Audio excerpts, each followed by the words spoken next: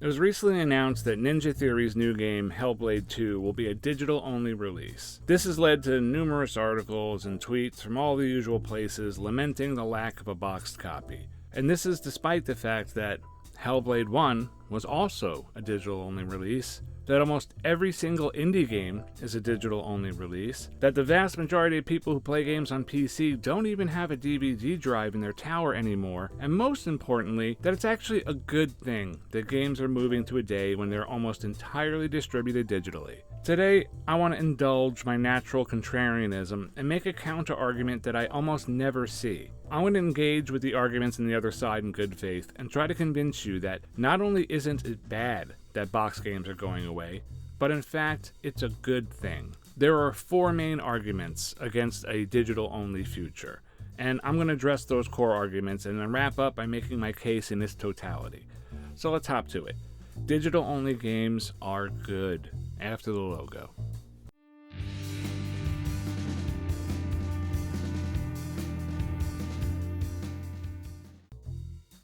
The case for preservation. So, one of the most commonly cited arguments against digital-only distribution is preservation. It seems like almost every single games person, and definitely most of them on YouTube, are extremely committed to the preservation of games. Now, listen. I like preserved things. I've got a peach tree and I make peach preserves every year. I like old stuff. I have a bunch of old political buttons and posters. I used to have a pretty large collection of baseball cards, signed balls, and game-worn hats before I sold them all over the years. I even have a couple of pieces of silverware from 1930s Germany that my wife hates and constantly tries to take out of the drawers. I understand her visceral disgust, but something about having a butter knife with the National Socialist logo on it intrigues me. It's like a small, tangible object of mass insanity. It connects me in a real way to my grandfather, who went from Normandy all the way to Berlin. So, I understand the impulse to want to preserve the past. But here's the thing. Not every single game needs to be preserved. Would it actually be some huge tragedy if some games were just forgotten? Nobody mourns the fact that we have failed to preserve every single dime novel detective story ever published. Nobody cries themselves to sleep because we have failed to preserve every episode of every sitcom ever aired in any country ever. We don't aim to preserve every painting ever made and every poem ever set to paper. Bad poems are forgotten. The best works of art are preserved not for the sake of preservation, but because people want to remember them. My house is full of my own paintings. I kinda like them sometimes, but they're not good enough to warrant eternal preservation. Maybe one of my kids will keep a couple, but eventually they will all end up moldering in a landfill when some future grandkid cleans out my house and puts all my stuff on the curb after my death. This is as it should be. I have recorded a ton of songs over my life, but I have lost the vast majority of them. The cassettes are long ago destroyed. The CDs are gone. I only ever grabbed one of the 7-inch vinyl records that we recorded, and I lost it decades ago. Even the digital versions of them are on hard drives scattered around my house, and I'll never actually get around to dealing with that. I think the best of my songs are probably better than the worst video game ever made. But it's not all that important that either of them be preserved. I've published short stories in literary magazines that are now defunct. It's entirely possible no copies of those issues still exist. And such is life, man. Not only is it perfectly natural that games will be forgotten and lost, it is literally impossible for it to be any other way. Physical media is not forever. Game DVDs aren't carved into granite. There is a physical limit to how long these objects can last, just as there is a physical limit to how many resources can be allocated to their creation and preservation. In many ways, the best games are more likely to be preserved through digital archives than they are as discrete objects that can wear out or are subject to being lost or destroyed. The very best and most important works of art have always been preserved. We preserved Beowulf and Canterbury Tales. You can read Caesar's account of his war in Gaul and Cicero's letters. We have preserved Aristotle, but not the worst science fiction novel published in the year 1952. The work of Miles Davis and Beethoven will be available as long as there are people with ears, but the works of old Pliny here will stop existing before I am even in the ground. Marcus Aurelius's Meditations will be preserved. A self-published novel by some weirdo will not. Dark Souls will exist as long as people play games. while Tales of Iron will someday go the way of all flesh. I find it extremely odd that this is seemingly so important to people. It feels like a form of cultural narcissism. Not everything we do is worth remembering. Not everything we enjoyed is forever. One day we shall die, and whether there is an existent copy of Hellblade 2 shall matter not at all. The market for used games. This is the core economic argument against digital games. Because a download is only a license to play the game, and not a physical object, you cannot turn around and sell the game back. My first response to this is to push back. You can't sell the digital license currently, but there's absolutely no reason that if there's enough of a market for this, somebody couldn't create a platform that allows you to sell that license. Steam could, with relative ease, create a secondary market for digital games, and yet they have not. I find myself wondering why that is. Surely Steam sees the value in allowing a video game license to be sold multiple times, so why don't they allow a secondary market for games? There's probably only one answer to this question. Not enough people would sell their digital games to make developing the system profitable, which brings us to ask why that is. Is it perhaps possible that most people actually aren't interested in selling back their digital games? Surely more people would want to sell their digital game license than would want to sell the actual boxed game, right? The boxed game has a cover to display. It's a physical object to collect. You have to actually drive somewhere to sell them, or at least mail them somewhere. But a digital game cannot be displayed. It's not an object that can be collected. There's no emotional attachment one can have to a thumbnail on your desktop. And hypothetically, selling your digital license would be absolutely frictionless. If anything, there should be a much larger demand to sell digital games than to resell boxed games. And yet there is not. If there's one thing I've learned in my life, it's that if there's money to be made, someone, somewhere, will try and make that money. Epic has spent years failing to significantly cut into Steam's market. Surely if there was this huge demand to create a secondary market for digital games, someone would do it. And yet nobody has. And as I was thinking about this part of the argument, something interesting occurred to me. A significant driver of the used game market was the objects themselves. People would buy the new console and suddenly have a bunch of boxed games clogging up their lives. A not insignificant portion of people were selling their games because having the physical object was actually a burden, not a blessing. A digitally distributed game is treated as an experience that is purchased and not an object in your life. If I had the choice to sell back, Dying Light 2 for $8, I wouldn't. The price I can get isn't enough to cover the risk that someday I might actually want to play Dying Light 2 again. But if I had to make space for the hundreds of games I own on Steam, I would absolutely sell those things because it sounds like a total nightmare to store and organize 400 boxed games. I'd have to organize my living room and my life around them. The fact that games were a bulky object that took up precious space in our lives itself drove the market, not actual demand to buy and sell used games. There's no downside to owning hundreds of Steam games, so there's no drive to pare the collection back. I did sell most of my PS4 games back because I gave my PS4 away and I didn't want to have a bunch of games sitting behind my TV. The used game market wasn't driven by a commercial interest, it was driven by the objects being annoying to have around. Digital games don't exist as physical objects. There's no downside to having 1,000 or 10,000, and so, as a result, there's just no demand to sell them. If there was a profit to be made selling used digital licenses, Steam would have a secondary market. This simply isn't a big enough issue to matter in the grand scheme of things, and the negative part of this, which I'll get to at the end, massively outweighs the benefit to the small group of people who sell back games after they play them. What does it mean to own something? This is the most complex of the issues surrounding digital games distribution because the law surrounding digital ownership is relatively new and very interesting. I spent a bunch of time going down a rabbit hole of dense legal blogs trying to figure out how we arrived at the age of purchasing a license to access a piece of software rather than owning the software. And near as I can tell, the answer to that question is, this is just kind of the way it worked out, which is how things go whenever a new technology comes around.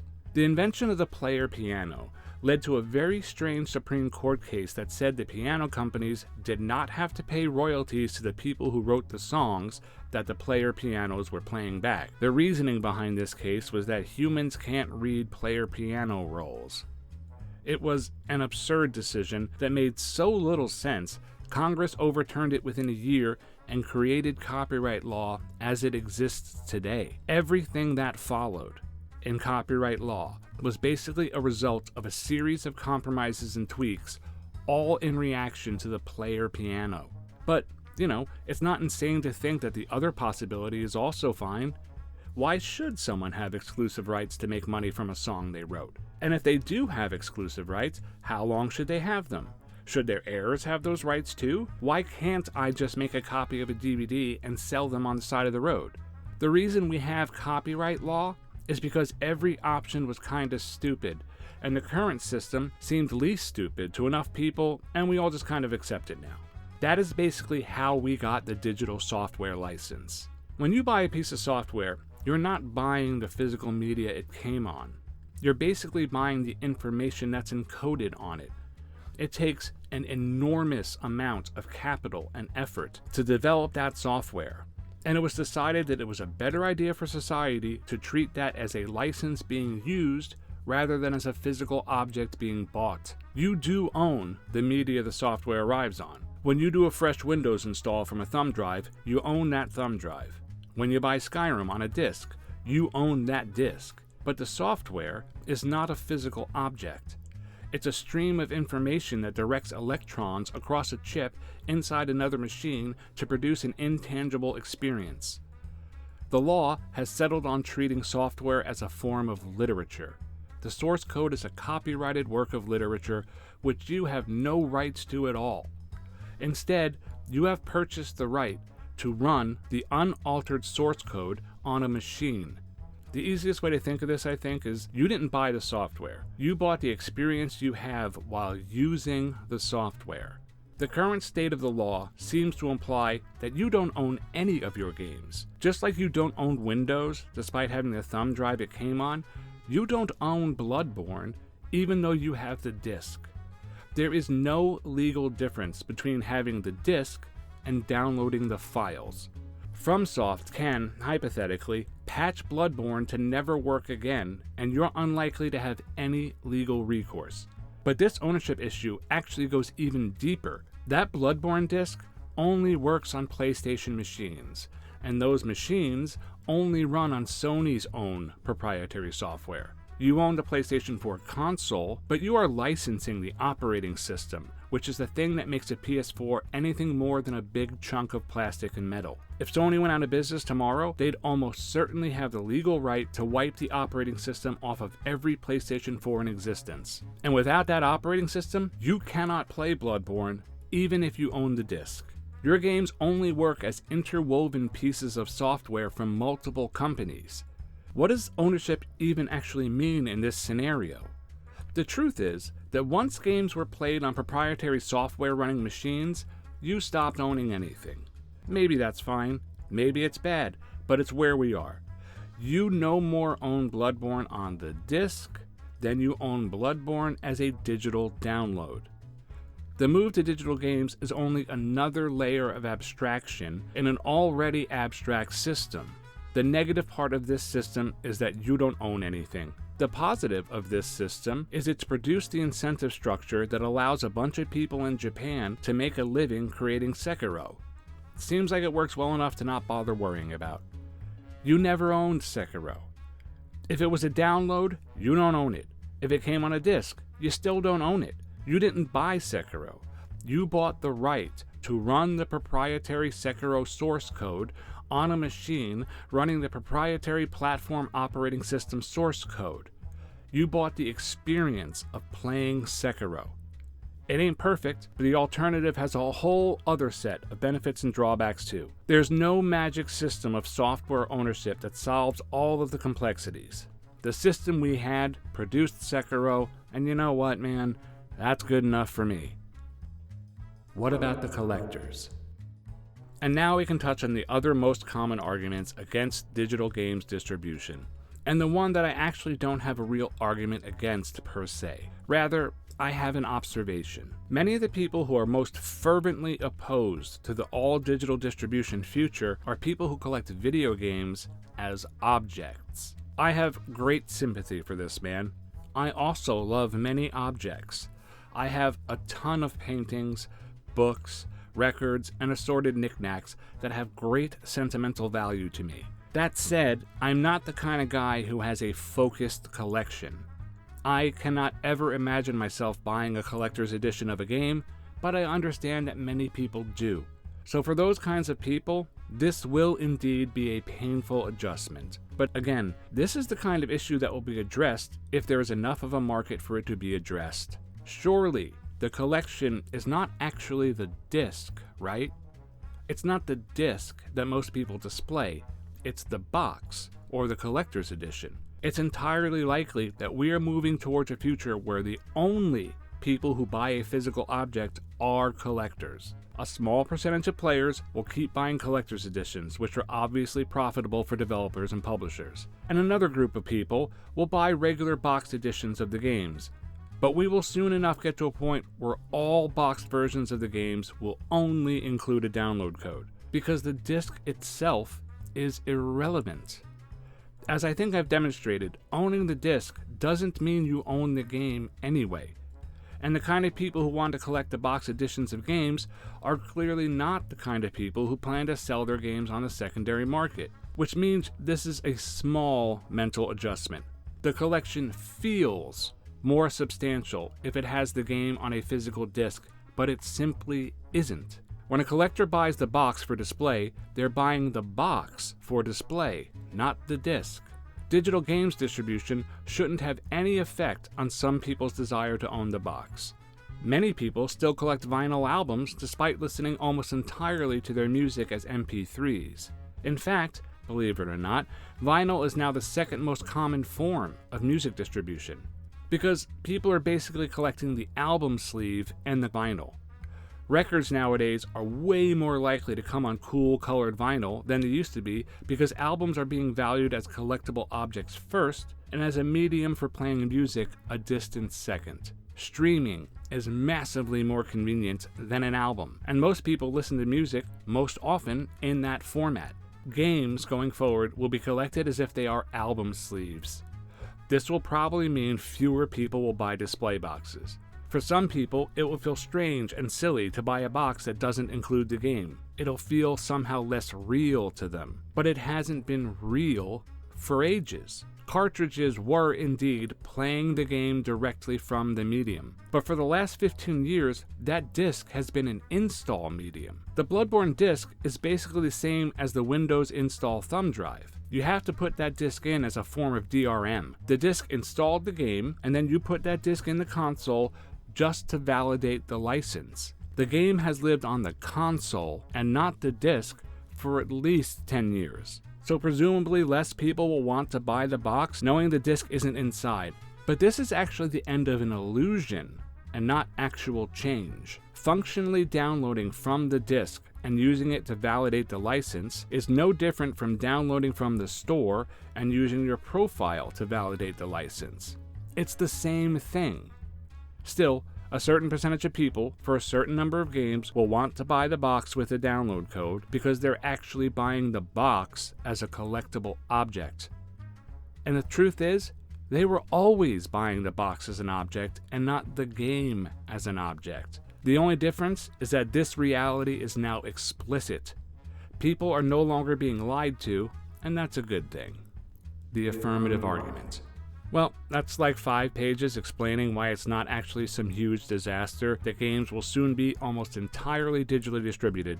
But I wanted to close by doing something you literally almost never see.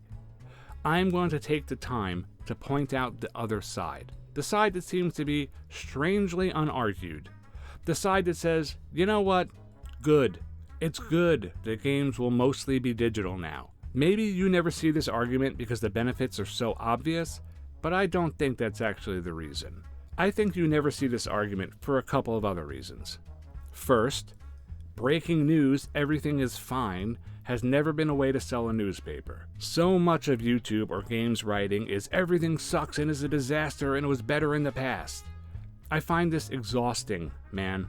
Not only does everything not suck, gaming is, without a doubt, in a fucking golden age.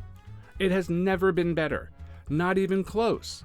Great games are constantly released. There's more variety. The best games are better than ever, and what counts as a bad game today would have been considered amazing 25 years ago. Indie games are pushing the boundaries. Games as an art form is better than it's ever been. Story in games is better than ever. Graphics are better than ever. Acting is better than ever. Even technically, games are better than ever. As recently as the Xbox 360, AAA games were running like 20 FPS, dude. People get very mad now when a game runs at 45 FPS for 3 weeks before it's patched, but 25 years ago, most games ran like trash and bugs stayed forever. Now, the second reason nobody makes the argument for digital games is big evil corporation is actually just giving you what you want, and maybe they're not actually the devil, is not a thumbnail that will get clicks. The company must always be the villain, and the players must always be the heroes. The company is always wrong, and the players, no matter how unhinged and ridiculous, must be respected. Well, that sounds stupid to me. Companies are also made up of people, and they have a ton of responsibilities, while YouTubers are free to appeal to the very worst instincts of their very worst audience members. YouTube has become the ultimate example of audience capture. The people are always pissed off, and you have to give the people what they want. I think I'm getting too old to be all that pissed off all the time, so let me tell you a few reasons it's good that physical games are disappearing. First, the obvious and most important reason, it's just massively more convenient. Being able to simply download the game the second it releases is obviously just extremely nice. It has clearly led to a massive increase in the amount of games that get sold, which, in turn, increases the amount of games that get made. We are profoundly lazy creatures. If I had to drive to the store every time I wanted to buy a game, I would own like 95% less games. Being able to browse Steam and instantly install something that catches my eye has vastly improved my life. I love games. I can't even tell you how many games I would have never played if I either had to drive to the store or order them online and then wait a week for them to arrive. Impulse buys on Steam have literally made my life more enjoyable.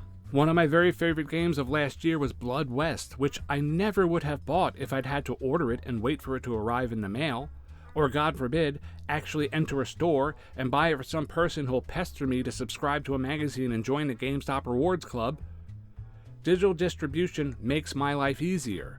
It makes me play more games, and those games are on my PC almost instantly. A huge improvement in my life.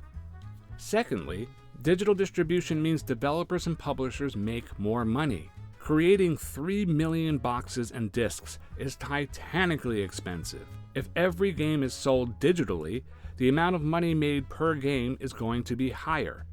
The more money developers and publishers make, the more games they make. Indie games could never exist as they do if they had to be distributed in a box. Hollow Knight would not exist.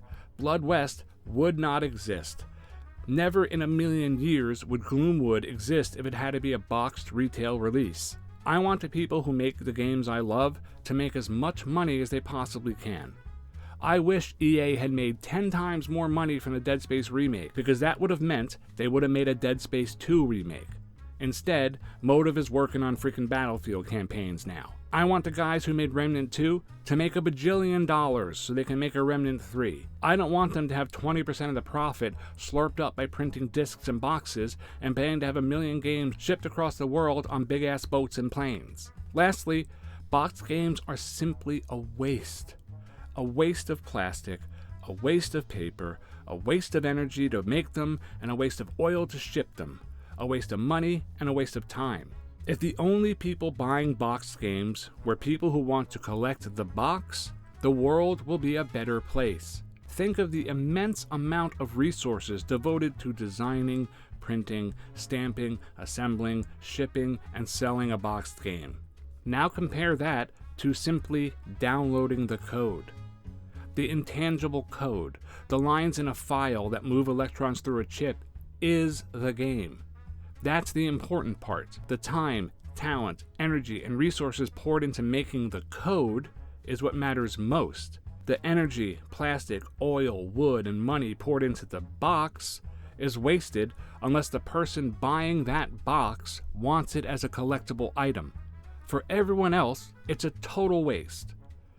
I think it's good that as much money as possible goes to the people making the game. And the more games are sold as digital files, the more money goes to the people that make and pay for the games that we love. Games are going digital because big companies, for all their faults, often know what they're doing.